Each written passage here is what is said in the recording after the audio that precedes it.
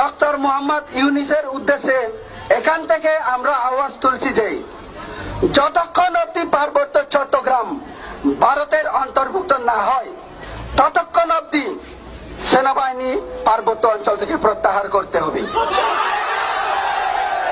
৩ নম্বর, যতক্ষণ অব্দি পার্বত্য চট্টগ্রাম ভারতের অবিচ্ছেদ্য অংশ কিংবা ভারতের অন্তর্ভুক্ত হচ্ছে না ততক্ষণ অব্দি সেখানে সেনা শাসন এবং গণহত্যা বন্ধ করতে হবে, না হলে এই আন্দোলন আমাদের জারি থাকবে।